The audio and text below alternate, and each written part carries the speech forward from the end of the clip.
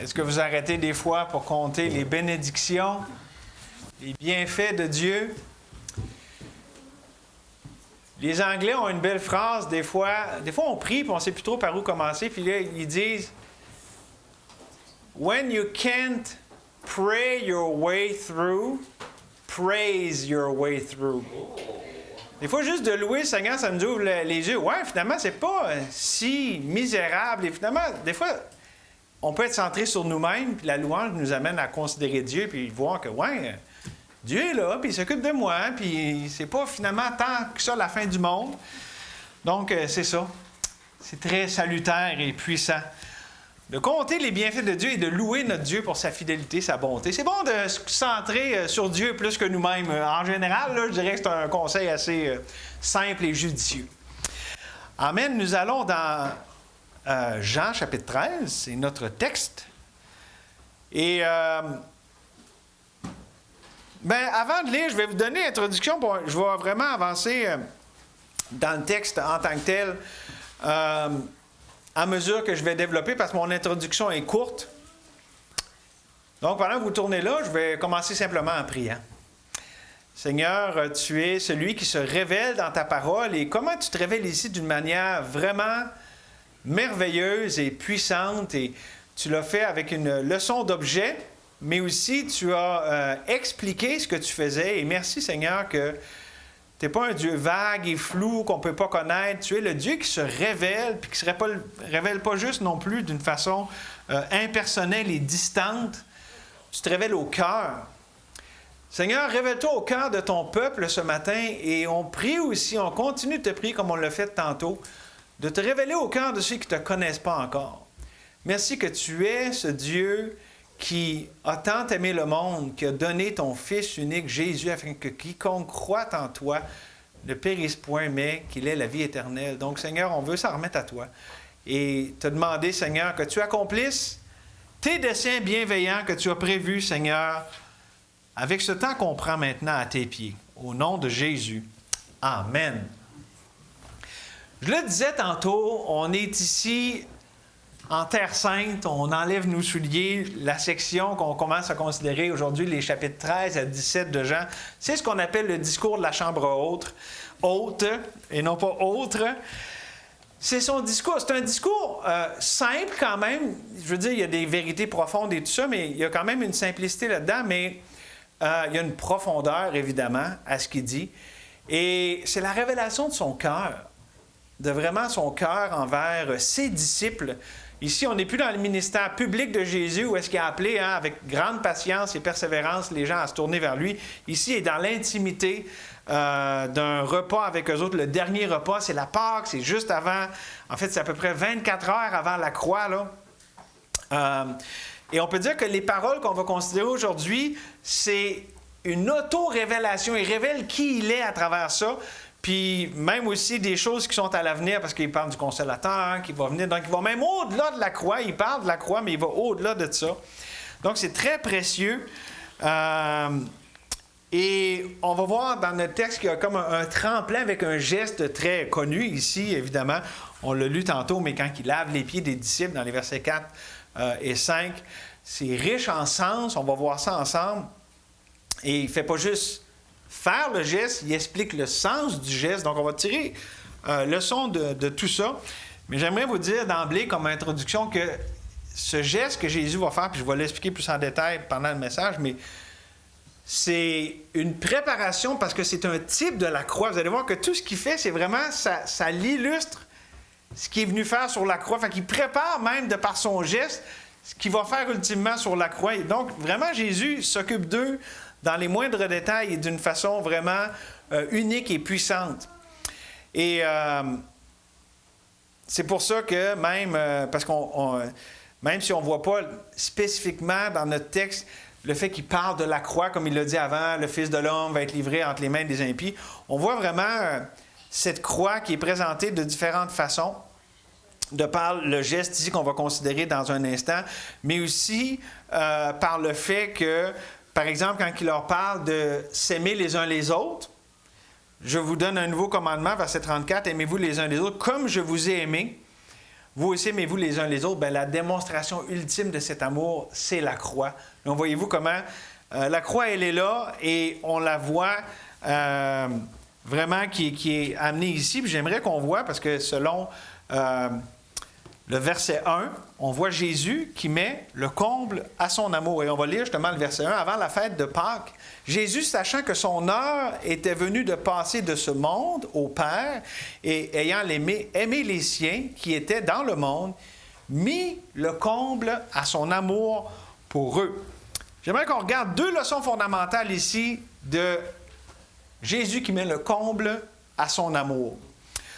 D'abord, le verset qu'on vient de lire, le verset 1. On voit là, c'est ce qui nous amène vers, on va considérer les versets 1 à 11, la leçon visuelle de ce comble de l'amour de Jésus.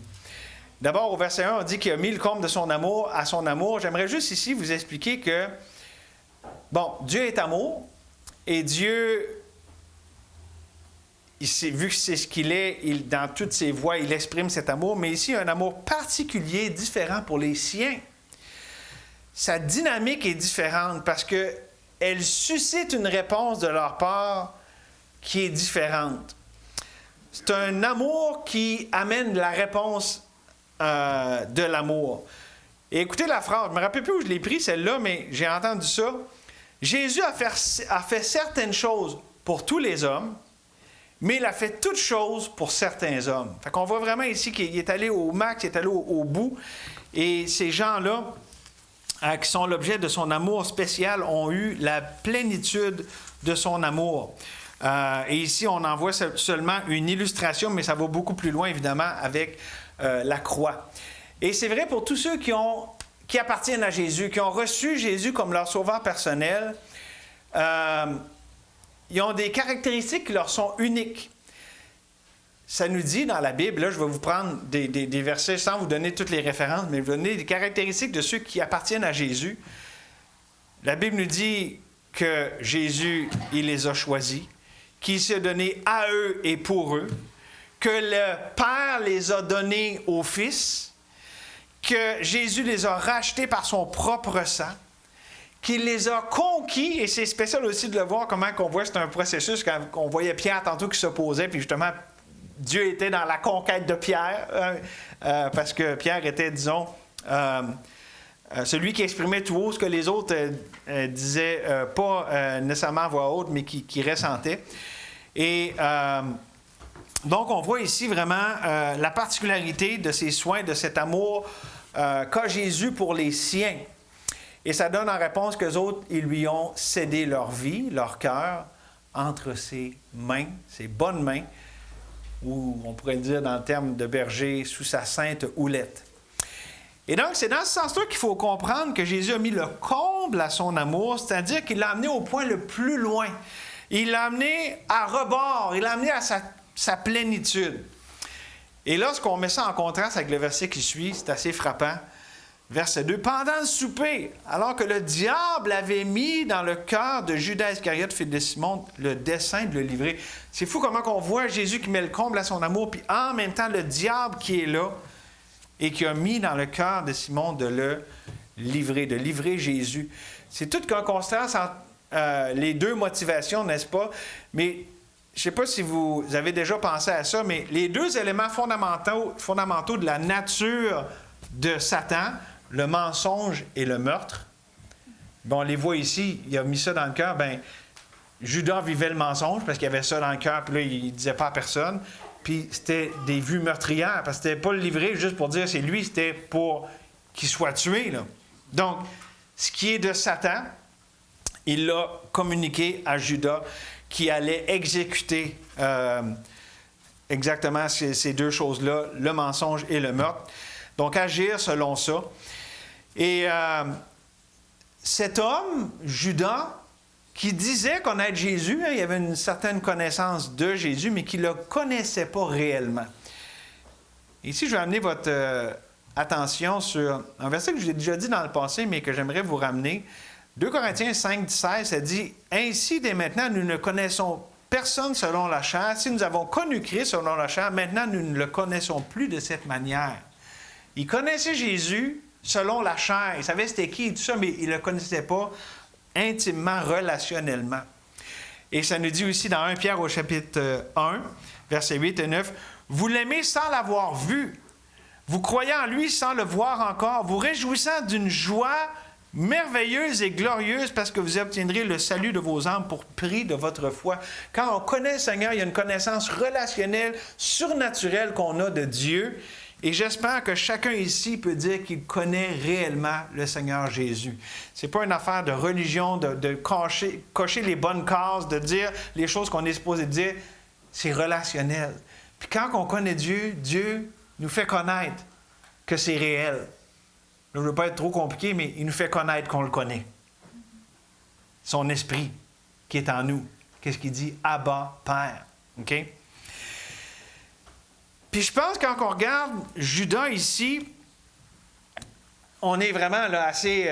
on est avancé dans le narratif là, de la passion, de tout ce qui est entré avec ce qui a amené Jésus à la croix. Je pense que ça faisait un bout que Satan travaillait Judas. Tu sais, qu'il était sur son cas, puis pour l'amener au point où est-ce qu'il est arrivé là. Et j'aimerais vous amener quelque chose ici de vraiment fondamental. On peut considérer deux personnes ici, parce qu'on les voit beaucoup dans notre texte.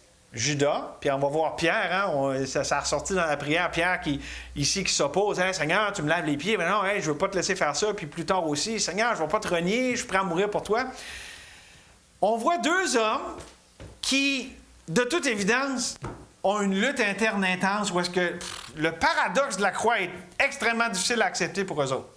OK? C'est quoi la différence fondamentale? Judas a pris les choses entre ses mains. Judas a pris le contrôle. Il avait peur, comme Pierre, mais il a pris le contrôle. Pierre, tant bien que mal, et Pierre est loin d'être un exemple de perfection, qui a tout compris du premier coup, qui a fait tout ce qu'il fallait. Non, c'était en culbutant et en trébuchant. Mais, savez-vous quoi? Il avait peur, puis il a essayé de contrôler, puis tout ça, mais finalement, il s'en est remis à se placer sous l'autorité, le contrôle de Dieu. C'est ça la différence fondamentale entre les deux. Un qui a pris les choses en main, l'autre qui s'est laissé finalement, oui, aller dans les mains de Dieu. Comme même, on va le voir dans notre texte dans un instant. « OK, Seigneur, je te dis, OK, même vas-y, lave-moi les mains puis la tête. » OK? Donc, c'est ça la différence entre un Judas et un Pierre. C'est pas qu'il n'y avait pas... Les deux luttaient, les deux avaient une lutte intense, forte face au paradoxe de la croix. Le Fils de Dieu qui meurt dans les mains des impies. Puis c'était ça les deux là, qui ne marchaient pas pour eux.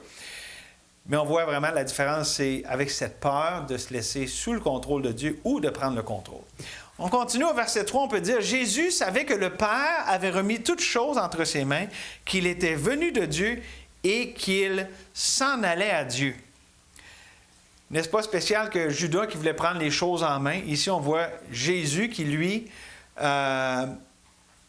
s'était fait remettre tout entre ses mains par le Père. Et là, il y a une différence. Il y a un seul homme sur la planète Terre, dans l'histoire de l'humanité, qui peut avoir toutes choses entre ses mains. Et c'est le Seigneur Jésus. Nous, on n'est pas fait pour ça. Ce n'est pas dans le plan créateur, ce n'est pas dans le plan rédempteur. Le seul qui peut prendre toute chose, qui en est digne, qui est capable de prendre et de gérer toute chose, c'est Jésus. D'ailleurs, n'est-ce pas aussi ce qu'on voit dans le livre de l'Apocalypse, lorsque le livre qui est ouvert et que la foule s'écrie et chantait un cantique nouveau en disant « Tu es digne de prendre le livre et d'en ouvrir les sceaux, car tu as été immolé, tu as racheté pour Dieu par ton sang des hommes de toute tribu, de toute langue, de tout peuple, de toute nation. » Jésus est digne de prendre tout entre ses mains. Pourquoi? Parce qu'il est le seul et unique qui est venu accomplir cette mission rédemptrice de la croix. Et c'est pas nouveau pour Jésus d'avoir tout comme ça entre ses mains. Dans le chapitre 3, je ne sais pas si vous vous rappelez, mais au verset 35, on a vu que le Père, Jésus a dit lui-même, là, le Père aime le Fils et il a remis toutes choses entre ses mains. Donc, c'était pas nouveau, c'était vraiment le modus operandi pour Jésus dans sa mission rédemptrice. Mais je pense qu'à ce moment précis-là, pour Jésus, alors que lui aussi vivait toute cette tension-là, évidemment pas comme les autres parce qu'il est Dieu fait homme, mais lui aussi vivait tout ce moment, cette ascension là, vers la croix qui était, où la tension montait, puis aussi il était de plus en plus incompris et laissé seul, évidemment jamais par le Père. Mais à ce moment précis, il se rappelait de ces vérités-là comme des rémas, comme des vérités qu'il pouvait chérir dans son cœur. Et n'est-ce pas pour nous tellement vital, lorsqu'on est éprouvé par l'adversité, les épreuves, les moments qui nous sortent de la zone de confort, de ce qu'on peut comprendre, puis expliquer, puis c'est bon de se ramener à la parole. C'est pour ça que Pierre dit dans son 2e épître, « Je ne me lasse pas de vous répéter les mêmes choses, même si vous les savez. » Pourquoi? Pour que vous soyez affermis dans la vérité présente. Lorsqu'on se rattache à la parole, même si on connaît ces choses, tu sais, ça fait un bout qu'on roule notre bosse comme chrétien, il y a des versets puis des vérités que c'est pas nouveau, mais quand on les rafraîchit à notre cœur, ça fait le ministère du Saint-Esprit va amener ce réconfort, ce baume sur le cœur dont on a besoin. OK? C'est l'épée de l'Esprit qui est la parole de Dieu. Et là, on voit le fameux geste, versets 4 et 5. Jésus se leva de table, ôta ses vêtements, et il prit un linge dont il se ceignit, et ensuite il versa de l'eau dans un bassin, et se mit à laver les pieds des disciples et à les essuyer avec le linge dont il s'était ceint. Ici, c'est une illustration physique ou pratique du fait que ce que Jésus est juste sur le point de faire. Okay? La croix, son heure, comme il a référé. Jésus, ici, il s'abaisse parce que je vous rappelle que le rôle de laver les pieds des gens dans une maison, c'était le plus bas des esclaves. Non seulement un esclave, mais le plus bas parce qu'il y avait des rangs là, dans les esclaves. C'est pour ça que dans un épître, ça dit Quartus te salue, mais c'était esclave numéro 4. Il y avait 1, 2, 3, 4. Puis souvent, il ne leur donnait même pas des noms, juste des numéros. Mais Jésus prend cette position du plus bas des esclaves pour servir d'une manière humble. C'est ça c'est comme c'est un choc pour les disciples ici qui disent « Qu'est-ce qu'il fait là? » C'est comme, c'était provocateur, je dirais, tu sais, pas parce qu'il voulait provoquer juste dans le but, mais ce geste avait tellement une signification forte que ça les a heurtés dans leur compréhension des choses. Et bien que ça soit humble comme un serviteur, Jésus n'agissait pas comme une victime, mais vraiment en victorieux. Il n'agissait pas dans la faiblesse, mais avec pleine autorité. C'est quand même, là aussi, il y a un certain paradoxe. Jésus le faisait de son propre chef, de lui-même, pas parce qu'il était contraint, puis parce que, non, c'est vraiment ici lui qui se levait comme ça, avec cette leçon puissante qu'il donnait à ses bien-aimés. Et Jésus, évidemment, était bien confiant de qui il était, de qui il l'avait envoyé, de pourquoi il était venu, et justement, c'est dans ce but-là qu'il faisait ce geste pour communiquer ce qu'il s'apprêtait à faire ultimement à la croix. Puis je vais vous expliquer pourquoi ça nous pointe tellement à la croix. Et donc, Jésus, ce n'est pas en dépit de ses origines divines qu'il s'est comme ça abaissé, qu'il a lavé les pieds des disciples comme le plus bas des esclaves, mais c'est à cause de la conscience qu'il avait justement de son origine, de sa destination qu'il le faisait. Pourquoi? Parce que Jésus agissait en serviteur de la vérité. Jésus agissait totalement en harmonie avec ce qu'il était venu faire. La mission messianique, c'était ça. OK? Puis, parce que Jésus, savez-vous quoi? Il aurait pu, pour prendre la leçon, il aurait pu demander à un esclave, OK, lave les pieds des disciples, puis là, enseigner la leçon. Il aurait pu faire ça. Puis on aurait pu dire, la leçon aurait été valable, mais lui-même, il y a vraiment quelque chose là-dedans que lui le fait, c'est fondamental. Puis là, j'aimerais vous expliquer vraiment ici l'image, là, la portée de ce qui est là ici, comment les actions parlent plus fort que les mots. Mais regardez la symbolique. Je vous l'explique bien simplement. Ça nous dit que Jésus s'est levé de table, OK? Puis d'ailleurs, tu sais, il était confortable, il y avait un repas, puis là, il se lève de sa position de confort. N'est-ce pas que la Bible nous dit que Jésus a quitté le ciel, cet endroit de félicité éternelle? Il a quitté le ciel de confort, pour venir ici-bas sur terre. Voyez-vous déjà un premier parallèle. Il s'est dépouillé de son vêtement. En passant, il faut comprendre, il ne s'est pas mis tout nu, là, OK? Mais il a enlevé son vêtement extérieur. Là. Il était décent, là, il n'y avait pas de nudité ou de... OK? Juste pour comprendre. Mais il s'est dépouillé de son vêtement extérieur pour prendre, dans le fond, pour se couvrir de l'attirail d'un esclave. Et c'est comme la kénose, hein? Jésus a mis de côté sa gloire, certains attributs divins, pour prendre la forme d'un serviteur, comme ça nous dit dans Philippiens au chapitre 2. Ça va encore plus loin. Il a versé l'eau dans un bassin pour leur laver les pieds, comme il a versé son sang précieux pour nous laver de nos péchés. Voyez-vous, le parallèle ici, c'est une leçon d'objet. Puis quand il a fini, qu'est-ce qu'il a fait? Il s'est rassis. Parce qu'il avait complété sa tâche. Et qu'est-ce que la Bible nous dit? Jésus, une fois qu'il a accompli la purification des péchés, il s'est assis à la droite de Dieu dans les lieux célestes parce que tout est accompli. Donc, vous voyez ici, l'image que Jésus ici utilise nous pointe en tout point à ce qui était sur le point de faire à la croix. C'est un préparatoire, une image, une ombre de la croix, si vous voulez. C'est une image vivante, concrète, pratique et convaincante. Et c'est pas étonnant qu'il y ait tu sais, le porte-parole, le Pierre, là, souvent qui parlait pour les autres, c'est pas étonnant qu'il y ait une réaction comme ça, parce qu'il a bien compris, attends un peu, tu fais vraiment quelque chose ici qui dépasse ce que nous, on pourrait accepter. Donc, quand il est allé à Simon, verset 6, il vint donc à Simon-Pierre, et Pierre lui dit, « Toi, Seigneur, il reconnaît qui il est, tu me laves les pieds. » Donc, il est outré de ça, il exprime tout haut ce qui est dans son cœur. Ben voyons donc, toi, tu es le Seigneur, puis tu prends cette position d'esclave. Et on continue au verset 7, où est-ce que ça dit? Jésus lui répondit, « Ce que je fais, tu ne le comprends pas maintenant, mais tu le comprendras bientôt. » C'est vrai qu'il ne comprenait pas, là. Mais il allait le comprendre bientôt. Après la croix, la résurrection, puis Pierre lui-même, dans son premier épître, dans Pierre 5,5, il dit « Revêtez-vous d'humilité ». Pierre est celui qui parle d'humilité d'une façon tellement unique que tu vois que lui, là, c'est une leçon qu'il a compris, qui est gravée sur son cœur. Vous lirez un Pierre, là. Puis Pierre, quand il parle d'humilité, on voit que c'est pas juste une théorie, quelque chose qu'il a appris de quelqu'un d'autre. Il l'a appris dans sa propre peau, puis ça paraît. Et donc, effectivement, il ne comprenait pas là, mais Dieu lui a fait comprendre de façon très pratique, bien au-delà du geste ici qu'il est en train de faire. Début du verset 8, Pierre lui dit « Non, jamais tu me laveras les pieds. » Ici, l'objection de Pierre, c'était pas une rébellion, mais c'est « Hey, je peux pas accepter que toi, que je reconnais comme maître, puis comme celui qui est mon autorité, c'est pas acceptable comment moi je vois les choses, que tu te places comme ça comme un serviteur. » OK? Puis, for the record, là, je pense qu'il parlait au nom du groupe. Parce que Pierre est souvent le porte-parole, n'est-ce pas? Là? Je pense que pas mal tous les autres veulent dire, c'est quoi qu'il fait là? Ça se peut pas.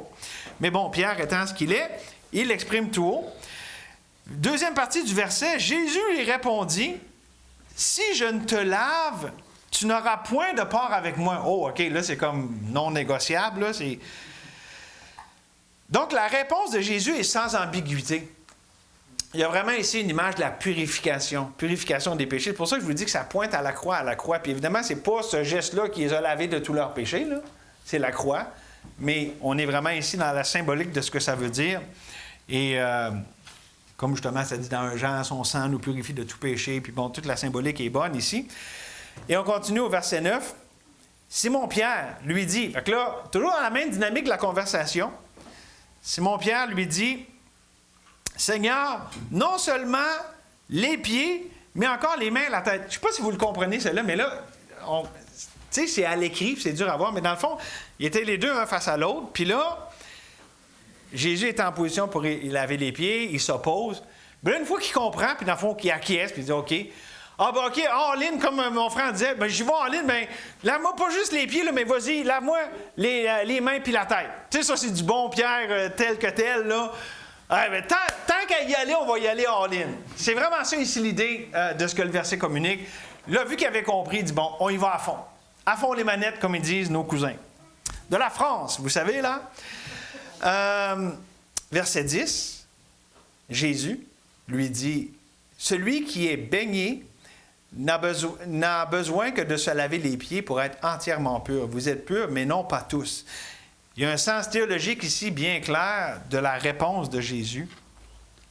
C'est-à-dire, ça ne marche pas au mérite, puis OK, toi, tu es plus lavé, puis non, non, si je te lave, tu es pur. Parce que l'autre, tu sais, c'est comme plus, moins, puis OK. On pourrait même faire un certain parallèle avec la sanctification par les œuvres. Je ne vais pas prendre de change, je vais en faire plus. Mais non, tu es soit pur ou impur. Tu es soit lavé ou pas lavé. Tu es soit sauvé, pas sauvé. Tu sais, c'est comme all-in ou pas pantoute. Là. OK? Puis, il faut comprendre ici, avec Jésus, c'est pas selon nos mérites. Jésus, il n'exige pas des mérites de notre part, quoi que ce soit, qu'on fasse quelque chose pour essayer de mériter d'être pardonné, d'être purifié, mais de se recevoir ce que lui a fait. Évidemment, on sait que c'est comme ça que la vie éternelle commence, comme ça qu'on reçoit Jésus. Je ne peux pas me sauver moi-même. J'ai besoin d'être sauvé. J'ai besoin que l'action vienne de l'extérieur. Je ne peux pas être l'initiateur de mon salut. J'ai besoin de recevoir le salut de Dieu. J'ai besoin de recevoir ce que Jésus a fait à ma place, pour moi. OK? Et c'est vrai pour le salut, évidemment. Mais aussi vrai pour les chrétiens, les enfants de Dieu, pour la sanctification. Et ça aussi, c'est sorti dans le temps de prière. Puis ça dit dans la Bible, hein, comme vous avez reçu le Seigneur Jésus, marchez aussi en lui. Comment on l'a reçu? Par la grâce au moyen de la foi. Donc, comment on marche en Jésus? Par la grâce au moyen de la foi. Donc, c'est pas comme si une fois qu'on est sauvé, là, il faut pédaler fort fort. Non, c'est par la grâce au moyen de la foi. La force de la vie chrétienne, c'est la foi qui s'attache à Dieu. La foi vivante, la foi qui obéit au-delà de justement tout ce qui, des fois, ne fait pas de sens pour nous autres. OK? Puis je crois qu'ici aussi, ce que ça veut dire pour nous, en tant qu'enfants de Dieu, de laisser Jésus nous servir, des fois, c'est là que c'est le plus difficile. Dans la mentalité chrétienne, là, Seigneur, je veux donner mon meilleur, puis tout ça, puis ça fait comme pas de sens de voir les choses autrement. Mais c'est d'avoir l'humilité d'accepter que Dieu nous serve et de reconnaître que c'est de l'orgueil d'essayer de faire autrement. Parce que souvent, ce que Dieu, comment il fonctionne, comment il travaille avec nous autres, ça ne marche pas nécessairement dans ce que nous, on aurait fait, ce que nous, on penserait, mais l'humilité de dire, OK, Seigneur, je me confie en toi. Tu as décidé que c'était ça, je l'accepte. Par exemple, des fois, servir Dieu, ça veut dire d'accepter de souffrir alors qu'on n'a pas nécessairement fait quelque chose de mauvais ou de quelqu'un qui est vraiment, qui est haïssable, qui ne mérite pas qu'on lui donne un bon traitement. Puis Dieu nous dit, je veux que tu souffres pour cette personne-là, je veux que tu sois un canal de mon amour, puis que tu me laisses faire. Oh là, c'est plus dur, hein, de laisser Dieu faire. Puis là, on pourrait essayer de compenser, essayer de faire d'autres choses, puis tout ça, mais non, Dieu nous dit, non, je te demande ça. Puis tu n'es pas capable, mais moi, je suis capable. C'est là qu'il faut s'humilier, puis dire, oui, je ne suis pas capable, mais Dieu, tu es capable. Autrement dit, le service chrétien authentique commence par notre volonté et notre disposition à laisser Dieu d'abord nous servir. En disant, Dieu, je ne suis pas capable, il faut que tu me donnes la grâce. Je ne suis pas capable d'aimer cette personne-là. Je ne suis pas capable de pardonner. Je ne suis pas capable d'avoir la motivation pour quelque chose comme ça que tu me demandes. Mais toi, tu es capable. Donc, l'orgueil, ça dit, moi, je suis capable, puis c'est de l'incrédulité. L'humilité, c'est, je ne suis pas capable, mais toi, Dieu, tu es capable. L'humilité, avec la foi, ça va ensemble. Ou peur, contrôle, là, quand j'ai peur, au secours, je ne suis pas capable, puis tout ça, puis là, j'essaie de m'en sortir, puis prendre le contrôle. Mais l'humilité, c'est, je ne suis pas capable, mais Dieu, toi, tu es au contrôle, puis je me place sous ton contrôle. OK, tu me l'as dit, je vais te faire confiance. Je t'obéis, même si ça ne me tente pas, même si ça ne fait pas de sens. OK? C'est ça, l'obéissance de la foi. Et ça nous dit au verset 11, pour finir ce point-là ici, sur la leçon visuelle de l'amour de Christ, car, puis là ici c'est Jésus évidemment, car il connaissait celui qui allait le livrer. C'est pourquoi il dit, vous n'êtes pas tous purs. Est-ce que tu peux dire que tu es pur ce matin? Pas devant moi, pas devant les hommes, mais devant Dieu. Parce que Jésus le sait, lui. On ne peut pas y faire des accroires. Et savez-vous c'était qui? Parce qu'évidemment, ici ça parle de Judas. C'était qui le pire ennemi de Judas? C'était Judas. Parce que il s'était trompé lui-même tout ce temps-là, puis ça a fini par être manifesté, mais comme je disais, c'était pas d'hier. Non seulement c'était pas d'hier que Satan avait son œil sur lui, mais aussi que lui-même se trompait. Et finalement, là, ici, c'était manifesté. Donc, ça m'amène au deuxième point ce matin, dans les versets 12 à 17. Non seulement on a une leçon visuelle ici, mais là, on va avoir la vision, la leçon auditive. Jésus, là, il va leur donner vraiment la leçon de tout ce qui est en train, de tout ce qu'il vient de faire. D'abord, au verset 12, on peut lire. Après qu'il leur eut lavé les pieds et qu'il eut pris ses vêtements, il se remit à table et leur dit, « Comprenez-vous ce que j'ai fait? » On s'entend-tu? La réponse est évidente. Là? Ils n'ont pas compris. Là. OK? Il y avait tellement là-dedans, OK? Mais je veux amener un point ici. Qu'on se pense pas bon, puis nous, on comprend. Puis tout ça. Savez-vous quoi? Il y a quelque chose ici, je veux juste qu'on voit, c'est bien simple. Évidemment, ici, on peut dire que la réponse, c'est non. Mais pour nous, là, qu'on comprenne que certaines leçons, certaines choses que le Seigneur veut nous apprendre ne s'apprennent qu'à l'école de l'humilité. À l'école de l'échec, à l'école de la souffrance. Où est-ce qu'on rencontre, pour nous-mêmes, là, qu'on se rend compte, la chasse, ça ne sert à rien. Ma bonne volonté, là, puis vraiment, ma sincérité, it doesn't cut it. Ça fait pas le poids. Ça fait pas le poids. Ça serait la bonne traduction. Et ici, voyons que Jésus, qui est le maître ici, là, parce qu'il va leur dire dans un instant, bien, le Saint-Esprit est le consolateur, un autre de la même nature, et le même qui nous enseigne aussi, en ce moment, les leçons d'humilité. Et sur mesure, Dieu est personnel. Puis les leçons que Dieu veut nous enseigner, puis je le dis souvent, ne s'apprennent pas sur un banc d'église le dimanche matin, malgré que c'est important d'être sur un banc d'église le dimanche matin puis s'exposer à la parole de Dieu. Mais l'école d'humilité, c'est lorsque Dieu nous éprouve sur ses vérités. Puis que là, il les fait rentrer dans notre cœur. Comprenez bien, j'espère que dimanche prochain, je vais avoir du monde à l'église, là, parce que j'ai dit, vous n'avez pas besoin. Mais on a besoin de cette école de l'humilité, de l'échec, de la souffrance, de ces choses-là. On continue, verset, on va lire d'un trait, les versets 13 à 15. « Vous m'appelez Maître et Seigneur. » Évidemment, c'est Jésus qui parle. « Et vous dites bien, car je le suis. Si donc, je vous ai lavé les pieds, moi, le Seigneur et le Maître, vous devez aussi vous laver les pieds les uns aux autres, car je vous ai donné un exemple afin que vous fassiez comme je vous ai fait. » Là, je vais le dire tout de suite pour juste clarifier. Là. Jésus n'est pas en train ici d'enseigner un culte, une pratique qu'on doit absolument faire. Okay? Je vais l'expliquer un peu justement avec l'attitude qu'il veut nous enseigner, mais il y en a qui font ça. Là. À un moment donné, quelqu'un qui avait, il avait demandé à M. Côté en arrivant à l'église, « Est-ce que vous lavez les pieds, vous autres? » Il dit, « Non, moi je me lave les pieds à 2 fois que je prends ma douche. » Puis, mais bon, vous savez ce qu'il voulait dire, mais c'est ça.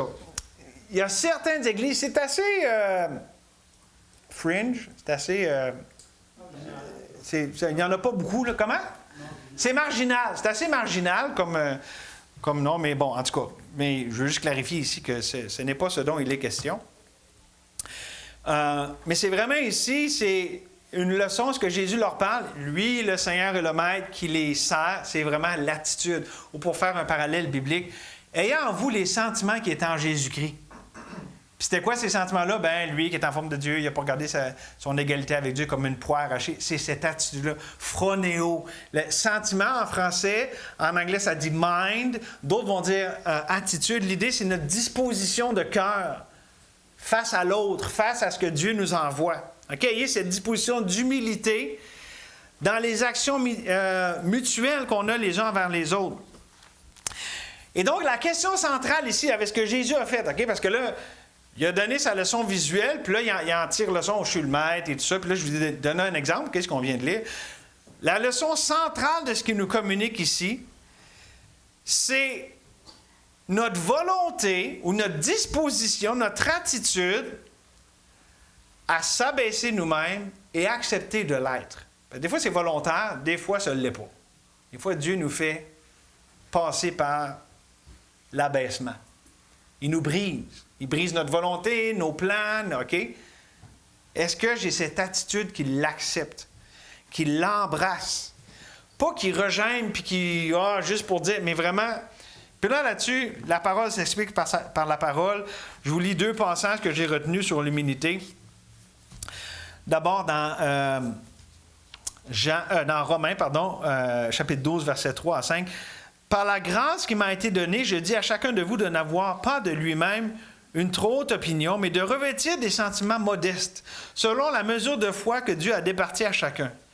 Car comme nous avons plusieurs membres dans un seul corps, et que tous les membres n'ont pas la même fonction, ainsi nous qui sommes plusieurs, nous formons un seul corps en Christ, et nous sommes tous membres les uns des autres. Et évidemment, je ne pourrais pas passer à côté de Philippiens chapitre 2, les 5 premiers versets. Si donc il y a quelque consolation en Christ, s'il y a quelque soulagement dans l'amour, s'il y a quelque communion d'esprit, s'il y a quelque compassion et quelque miséricorde, rendez-moi joie parfaite, ayant un même sentiment, un même amour, une même âme, une même pensée.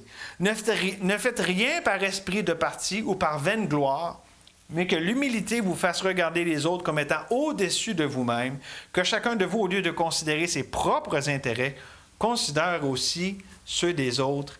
Ayez en vous les sentiments, l'attitude qui était en Jésus-Christ.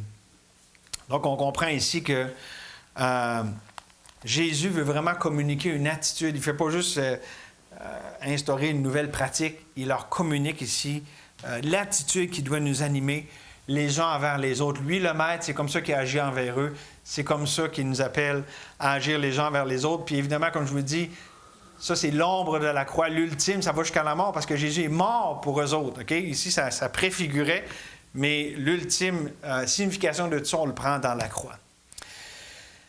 Et le Saint-Esprit de Dieu, c'est celui qui va nous enseigner l'humilité. Par la façon qu'il nous dirige, les circonstances qu'il permet, ou qu'on peut dire que le Père nous envoie.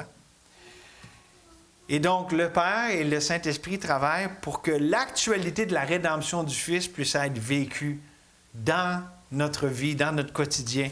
Et c'est là vraiment, c'est là la sanctification. On peut s'endurcir le cœur, regimber, puis dire que c'est pas juste, ou justement s'humilier, s'abaisser, puis dire « OK, Dieu, c'est ce que tu as décidé. » Pas toujours facile, c'est facile sur un banc d'église, comme j'ai dit, mais des fois, ça vient nous chercher d'une façon « Ouf! Comment ça, Dieu t'a décidé ça? » Parce qu'il est Dieu, puis parce qu'il sait ce qu'on a besoin. Puis il sait exactement comment s'y prendre avec nous autres. Ça mène à conclure avec les 2 derniers versets pour notre texte ce matin, versets 16 et 17.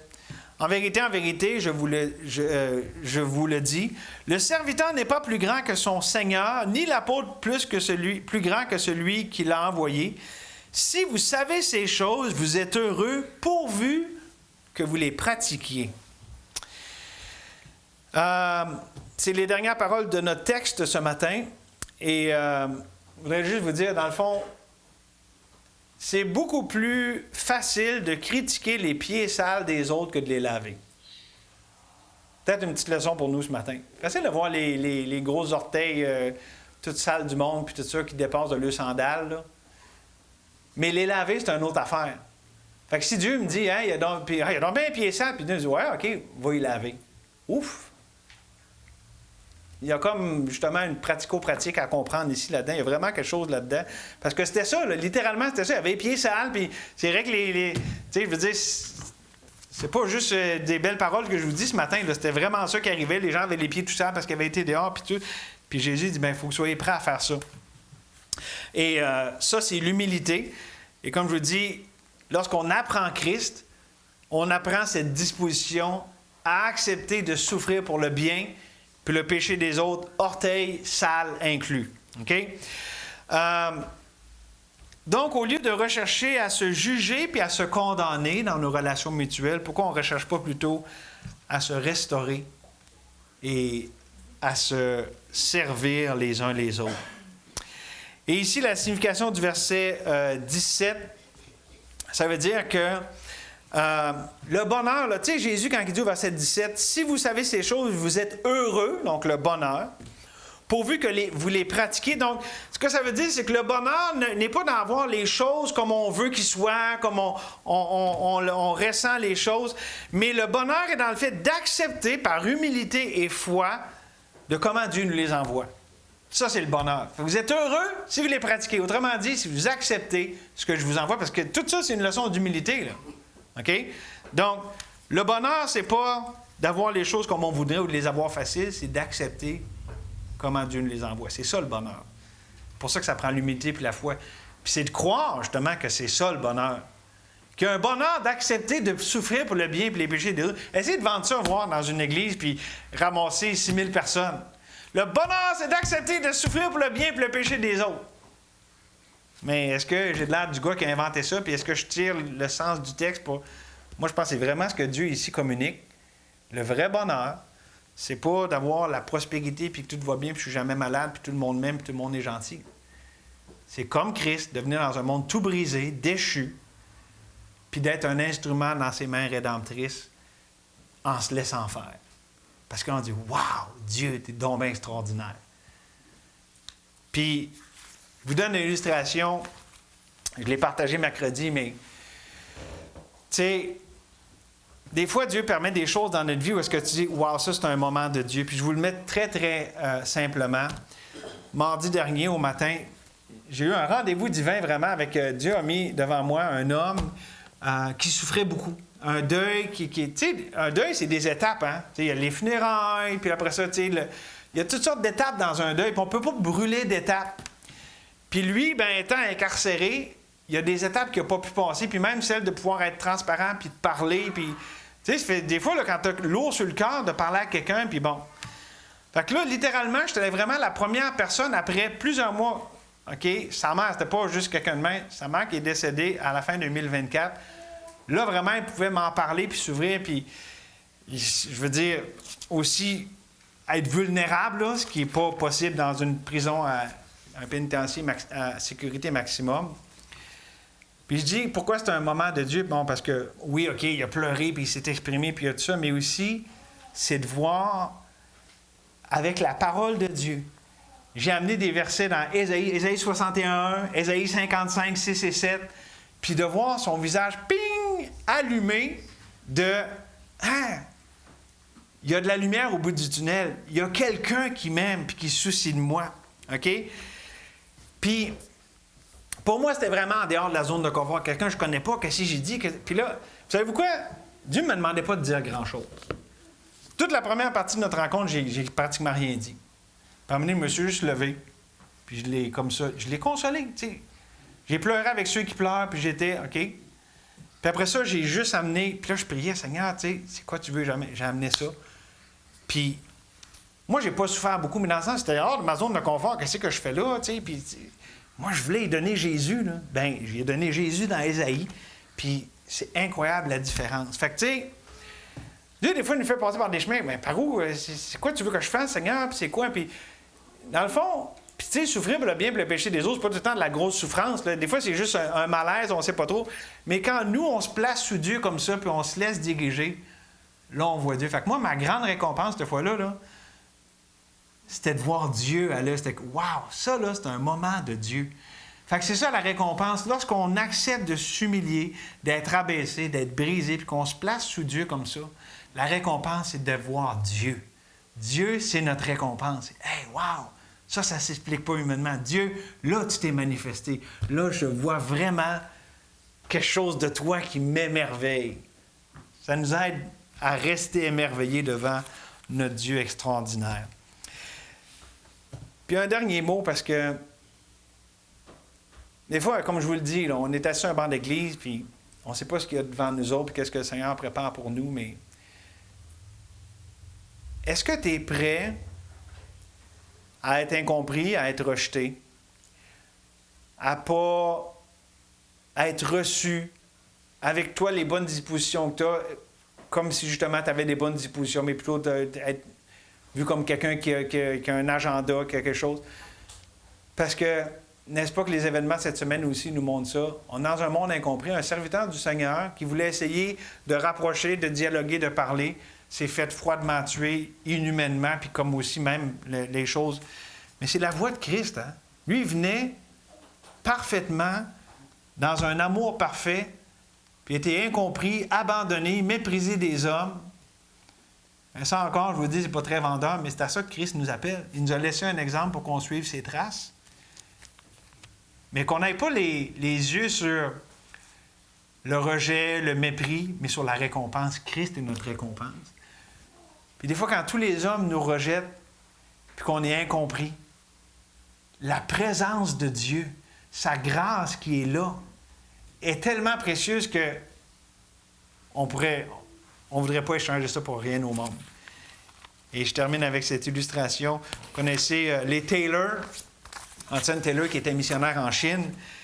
Et ça nous dit dans sa biographie qu'à un moment donné, Madame Taylor était seule à la maison avec des gens là, de la mission avec eux autres parce que les maris, les hommes étaient partis. Puis là, il y a eu, en tout cas, concours de circonstances, une attaque. Ils se sont fait attaquer. Puis c'était juste les femmes. Là, fait que là, il y avait... c'était plus justement un moment de vulnérabilité où est-ce que c'est un peu, tu sais, une mentalité de foule, des fois ça devient fou, là, parce qu'il y avait quelqu'un qui avait lancé une fausse rumeur. Ah, les Taylor vont vous donner plein d'affaires, puis tout ça à tel jour. Puis là, c'était pas vrai. Fait que là, les gens ont saccagé la maison en voulant dire, on va aller prendre du kion, puis OK. Puis là, on pourrait dire, hein, c'est incroyable. Fait que là, ils sont littéralement retrouvés, là, avec, ils sont même fait enlever du linge dessus le dos, là, pour dire que la violence, puis la maison, tout à l'envers. OK? Mais savez-vous, c'était quoi le compte-rendu de Mme Taylor après ça? Elle a écrit une lettre missionnaire comme on en reçoit ici, puis elle a dit, puis c'était des Anglais, donc elle écrit en Angleterre, elle a dit « Tout l'or de l'Angleterre n'aurait pas été comparable au moment de gloire d'avoir vu qu'on était jugé digne de souffrir pour le nom de Christ. » Ça, c'est un moment de Dieu. Ça, c'est... Comment t'expliques ça? C'est pas qu'elle se glorifiait, « Oh, wow! » Non, c'est comme Dieu était là. Puis sa grâce, puis sa présence. C'est ça, d'accepter de souffrir pour le bien puis le péché des autres. Savez-vous quoi? Ça faisait partie de la semence de l'Évangile que Dieu plantait en Chine, avec la mission intérieure de Chine. Savez-vous quoi? Il y a eu des répercussions incroyables. Il y a des chiffres là-dessus. Je pense qu'il y a 1 million qu'on dit, je pense, de Chinois qui ont été sauvés à travers ça. Je n'ai pas les chiffres, je ne voudrais pas dire n'importe quoi, là. Mais ça n'a pas été en vain. C'est ça que je veux dire, ça n'a pas été en vain. La récompense a été grande, puis même elle a été immédiate. Dieu était là, puis il leur a fait montrer, il leur a fait voir qu'il était au centre de sa volonté, dans son amour, puis Dieu s'occupait de nous. C'est ça que Dieu nous donne le matin. C'est ça que ça veut dire, ce qu'on a considéré ce matin. Qu'on n'ait pas peur, qu'on ait hâte de voir les trésors de sa grâce, peu importe le chemin qu'il décide de prendre.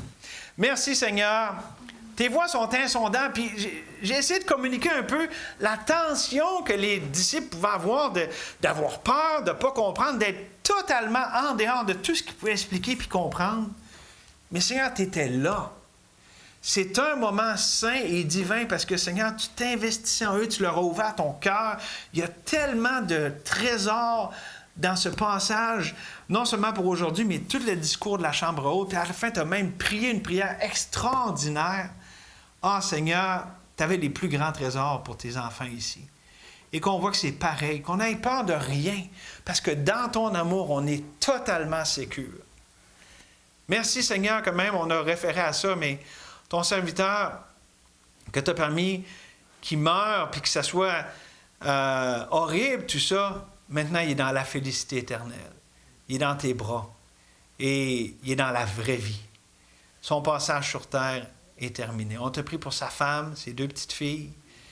On te prie pour les chrétiens, Seigneur, qu'on n'ait pas peur, comme lui, d'être bold, d'avoir de l'ardiesse. Pas dans l'humilité. Seigneur, savoir que tu es digne, qu'on se tienne pour toi, qu'on te proclame. Et Seigneur, c'est ce que ce monde a besoin. Besoin de Jésus, besoin d'entendre qu'au-delà de tout ce qui est ici-bas, il y a une bonne nouvelle du Rédempteur qui est venu, qui a tout accompli. Merci Seigneur. Merci pour ta bonté.